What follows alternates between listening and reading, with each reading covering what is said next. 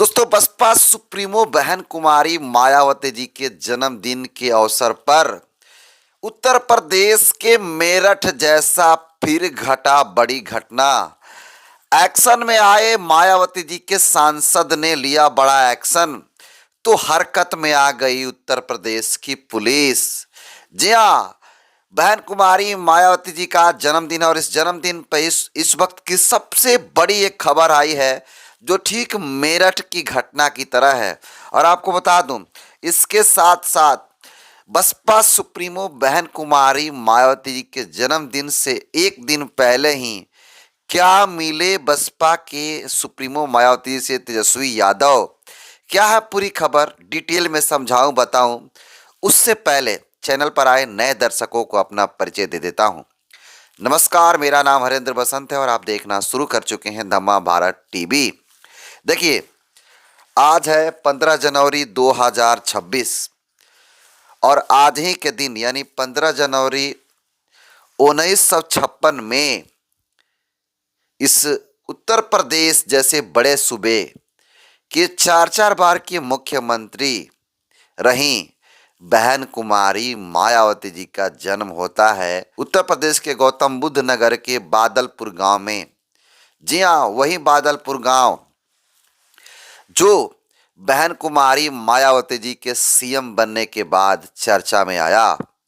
और आपको बता दूं कि बहन कुमारी मायावती जी का जन्म 15 जनवरी 1956 के हुआ और उसी 56 में बाबा साहब डॉक्टर भीमराव अंबेडकर साहब, जी हाँ, बाबा साहब डॉक्टर भीमराव अंबेडकर साहब का परिनिर्वाण हो जाता है। और आपको बता दूं कि जिस प्रकार से बाबा साहब डॉक्टर भीमराव अंबेडकर एक तमाम बड़े कम्युनिटी को गाइड करते थे, समझाते थे, बुझाते थे, उनको आगे बढ़ने के लिए तमाम प्रयत्न करते रहते थे। उसके बाद बाबा साहब के कारवां को मान्यवर साहब कांसीराम जी लेकर के चले और उस कारवां को, बहुजन मिशन के कारवां को सही मायने में अगर कोई शख्स आगे लेकर के आया, उस शख्स का नाम कोई और नहीं बल्कि बहन कुमारी मायावती जी कहते हैं। जी हाँ, वही बहन कुमारी मायावती जी जिसे दुनिया आयरन लेडी के नाम से जानती है। मैं कभी बाद में चर्चा करूंगा और मैंने कई वीडियो में चर्चा किया भी है कि बहन कुमारी मायावती जी को आखिर आयरन लेडी, लौह महिला क्यों कहा जाता है। लेकिन उत्तर प्रदेश की आपने देखा कि पिछले कुछ दिनों पहले मेरठ में जो घटना घटी कि राजपूत समाज का कई युवा लड़की को उठाकर ले जाने की कोशिश करते हैं और उस दौरान उसकी मां की मृत्यु के घाट भी उतारने का काम करते हैं।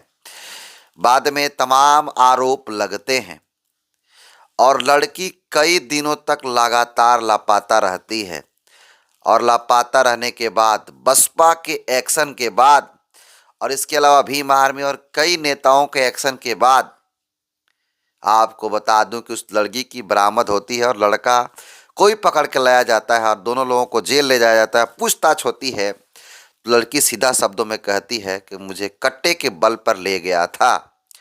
बाकी पूरी सच्चाई आप सबको पता है, पूरी घटना आप जानते हैं, लेकिन मैं इस घटना का जिक्र इसलिए कर रहा हूं क्योंकि इस तरह, जी, ठीक मेरठ घटना की तरह उत्तर प्रदेश के लखीमपुर खीरी में भी घटना हुई है जिसका जिक्र बसपा सुप्रीमो बहन कुमारी मायावती जी के सांसद, राज्यसभा सांसद इंजीनियर रामजी गौतम साहब ने मायावती जी के जन्मदिन पर शेयर करते हुए बताते हैं और कहते हैं। उसके बाद वो क्या एक्शन होता है, पूरी अब खबर को समझिए।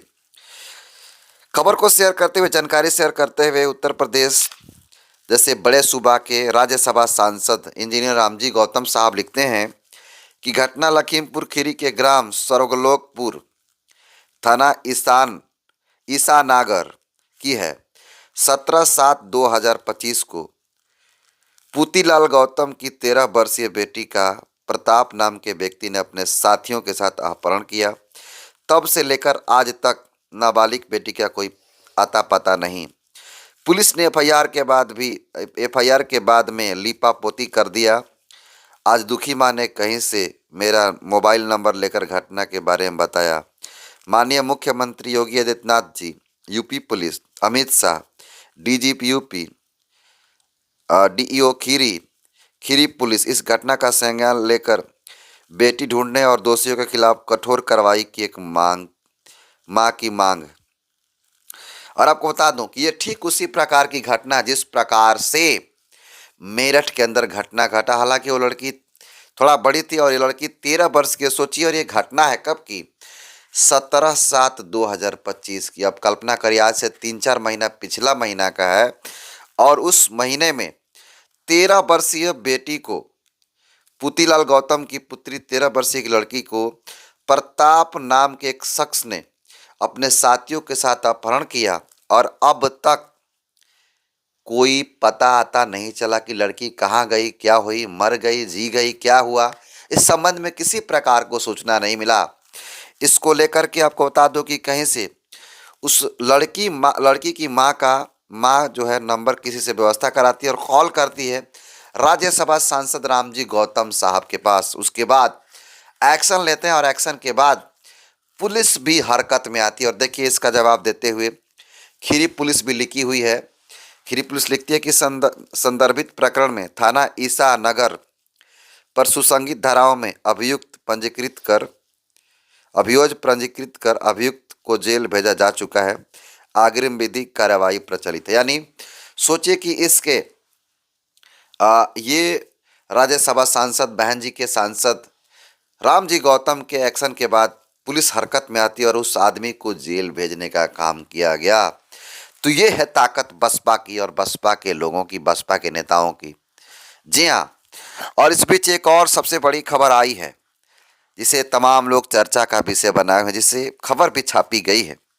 जी हाँ, आज बहन कुमारी मायावती जी का जन्मदिन है और आज ही के एक दिन पहले यानी 14 जनवरी 2026 को यह खबर चलाई गई एबीपी के द्वारा और कहा गया कि मायावती से मिले तेजस्वी यादव, दिया जन्मदिन की बधाई।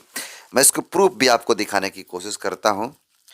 देखिए, जब हम वीडियो शूट कर रहे हैं, जब डाला गया था तभी मैंने स्क्रीनशॉट लिया, तभी इस पे 4 घंटा दिखाएगा। हालांकि स्क्रीनशॉट है मेरे पास।